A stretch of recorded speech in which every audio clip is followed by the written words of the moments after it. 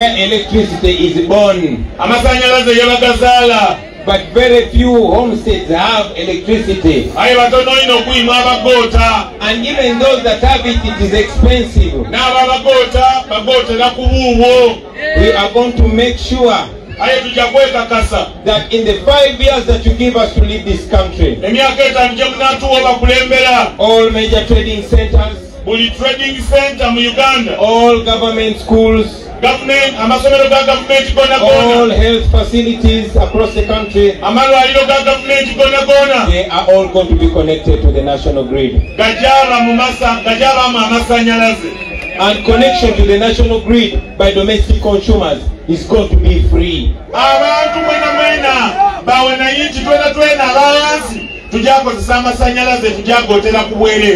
are also going to scrap VAT on domestic users of electricity. We are going to reduce the cost of a unit of electricity by half. We are going to make it at least 500 shillings. Today a unit is 1,000 shillings. We want to cut it by half. And that is achievable, ladies and gentlemen. I know the time is rushing. I will very, very quickly take you through the employment plan. Majority of our young people are unemployed.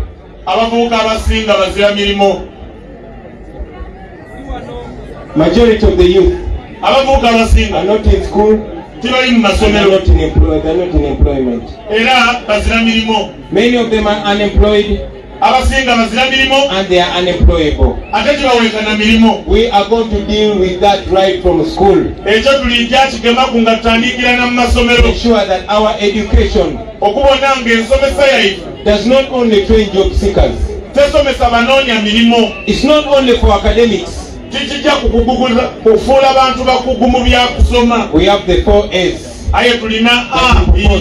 That is academics, that is agriculture, that is athletics, and arts. Even as we take our children through school, we are not only going to be training lawyers and engineers. We are going to be training professional agriculturalists. We are going to be training athletes. We are going to be training artists. And all other artists are not. We are not going to be having few reasonable, thoughtful artists. As many Dennis Onyangos in school. Train as many Bobby Wine in school. Train as many Mwanga Chivumbis and Senyenyes in school. We can achieve, ladies and gentlemen. We are going to create employment opportunities.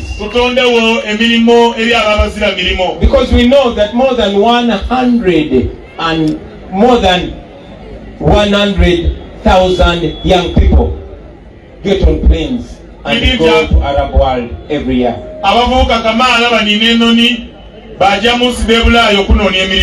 You know that these people go through hell while there. In a country that gives employment opportunities to its citizens, young people will not have enslave themselves. As I conclude, ladies and gentlemen, I have to talk about the situation in schools. We are going to establish a national feeding program in schools. This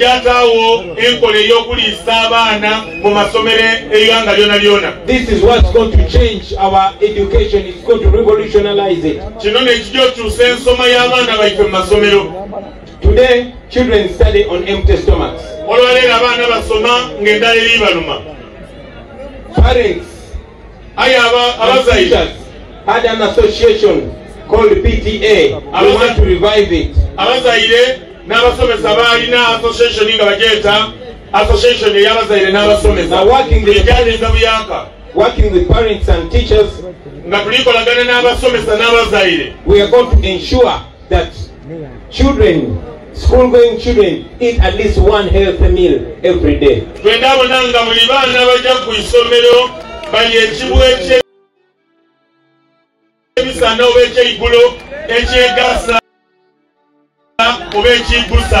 If this is a government program, and there's that ready market in schools,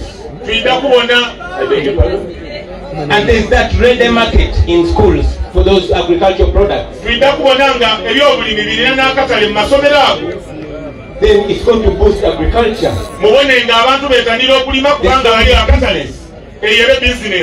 Our farmers are going to benefit, our children are going to benefit, the economy will boost, the education for our children will be the best, everybody will be a winner. I could go on and on and on about our manifesto, recognizing the time is fast running. I will promise you that we are going to end land grabbing. And all of you whose land has been grabbed, you only need to know the location of your land. The rest, we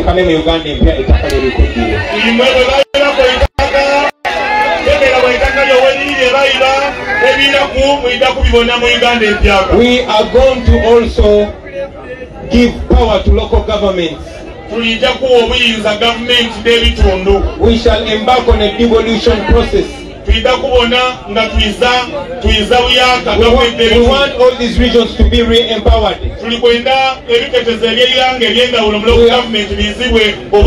We actually have a plan to empower all these regions so that we have regional capitals. In functioning countries like Tanzania, you have administrative capitals and business capitals. Why do we have Kampala as the only capital city of Uganda? If we had a functional government by now, there would be an industrial capital in Uganda, and it would most probably be. So I want to promise you, ladies and gentlemen, that all business and all development is not going to concentrate in Kampala. We shall have regional capitals, and those capitals are going to boost our development. We are going to empower the diaspora, because we know the diaspora brings a lot of money to Uganda, more than $2 billion every year. We want to empower the diaspora. When you move to London or America, you're going to find a very powerful community of Nigerians.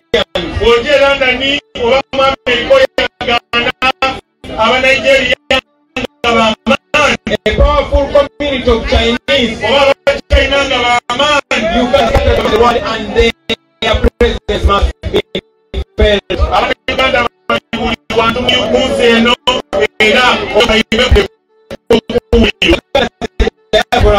Will also have a stake in their country. And if they will have a vote, they will be able to vote for their leaders even from the diaspora. We shall safeguard natural resources and restore the environment. We are going to have a technology-driven economy. We are going to have a young Uganda, a new Uganda. Now, kanjogereko ne mu Luganda. Baganda bange bino byonna bye mbagamba tubibasuubiza. Naye mmwe muyina ekisumuluzo ekitutuusa ku bintu bino. Bino byonna nsobola bibabuulira. Era tusobola bikola, ne tusobola bikola nga tufunye obuyinza. Abantu b'e Busoga muyina obusobozi obwo, muyina population ey'amaanyi. Ate babatya kubanga temuli bakusinika maino. Kyemwagala mubeera mukyagala, era bwe musalawo musobola kituukako. Katuuse temuli basabo ne bannyabo, tubalage kiki kyemulwanira. tubalaze singa tuwangula kiki tusobola okufuna. Olele tubalaze, thank you. Tubalaze kye musobola okufuna singa tuwangula. Ate era mulabye kye mufiirwa singa tetuwangula. Singa tetuwangula kitegeeza emyaka emirala 5 nga muli mu mbeera eno. Kitegeeza emyaka emirala 5 ng'enjira iri ndityo. Kitegeeza emyaka emirala 5 ng'ennyanja si zammwe. Kitegeeza emyaka emirala 5 ng'ebikajjo mwe mubirima naye nga temubiinako buyinza. Kitegeeza emyaka emirala 5 nga muli basireevu ku ttaka lyammwe. Baganda bange tulina emyezi 3. Tulina emyezi 3. Bano abasajja baafuubana Katonda n'azannyawo paasi ne banominatinga kati ndi ku baloti pepa. N'ekyokola ku baloti pepa tekimala. Okumala ebbanga ddene bakitutaddemu nti akalulu tekasobola kukyusa nsi. Naye abantu bennyini abakugamba nti akalulu tekasobola kukyusa ggwanga ate batya akalulu. Olowooza lwaki batya akalulu? Olowooza lwaki tebaagala nkugambe bino byendi mu kugamba olwaleero? Kuba bamanyi naawe ojja genda bigambo omulala, n'omulala bigambo omulala, n'omulala bigambo omulala. Njagala babuuza ekibuuzo. Omusajja ali mu kutya ng'amaze mu bufuzi emyaka 40 ng'emyaka gye giri more than 80, mulowooza ayina ki kyayinza okukyusa ku ggwanga? Njagala babuuze singa musituka mwenna nga bwe muli wano olwaleero, n'ab'ebuwenge ne basituka, n'ab'ebugiri ne basituka, n'ab'ekamuli ne basituka, n'ab'ebudondo ne basituka, awo nno tukyali Busoga wokka. Awo tukyaliwa. Naye njagala bagamba abaana b'e Busoga nti eggwanga lyonna lirowooza nga ffe. Buli wamu ntuuseewo. Baafuba nnyo okukozesa abantu, nga bakozesa abantu aboogera olulimi ng'olwange nga bava ewaffe. Ogezaako babuzaabuza nti Bobi Wine nedda byabagamba si bituufu. Kuliriza, nina essanyu mbategeeza nti e Buganda gye nva kirikiriya. Nina essanyu mbategeeza nti e Buganda abato n'abakulu, abanene n'abatono, abawanvu n'abampi bakoonamu dda sitampu. Naye tekimala ndi wano e Busoga kubamanyi abaana b'e Busoga ebituluma bye bimu okwanana n'ebitundu by'eggwanga byonna ebirala. Njagala muteekinga revolution eno mu mikono gyammwe. Bino ebintu musobola okubikola baganda bange. Basaba tubikole, basaba tukyuse eggwanga lyaffe. Ebisingako ngenda bibagamba mweno campaign trail. Njagala okubasaba ku mulundi guno tugenda kukozesa buli kiseera, buli mukisa gwe tulina okubabuulira tewali kya bugagga nga bwongo bwammwe baganda bange. Omala kununula bwongo bw'abantu n'onunula emibiri gyabwe. Nsaba mukkirize buli omu abeere agent, making sure buli lunaku wakino konvisingayo abantu 2, in fact konvisinga 5, in fact konvisinga 10. Netandikira mu b'omu nnyumba yo bamanye nti tetuli wamu, tuli mu risk. Naye kino kyetukola kigenda kukyusa ensi yaffe forever. Kuno kubonabona kukoma ku mulembe gwaffe temugenda kuddamu kubiraba forever. Okusalawo kumuli mu mikono gyaffe. Nsaba mutwale okusalawo okwo. Nsaba mubeere serious, mubeere disciplined, mubeere bampisa. Bw'otuuka ku muntu mutuuze bulungi, munnyonnyole amanye ki kye tulwanirira. Tubeere ffenna nga tulowooza ekintu kyekimu. Banange tugenda kukyusa ensi eno.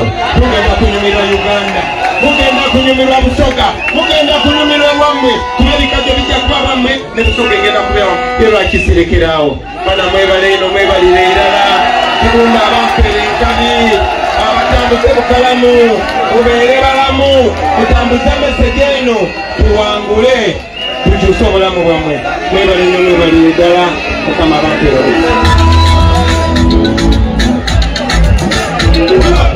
Full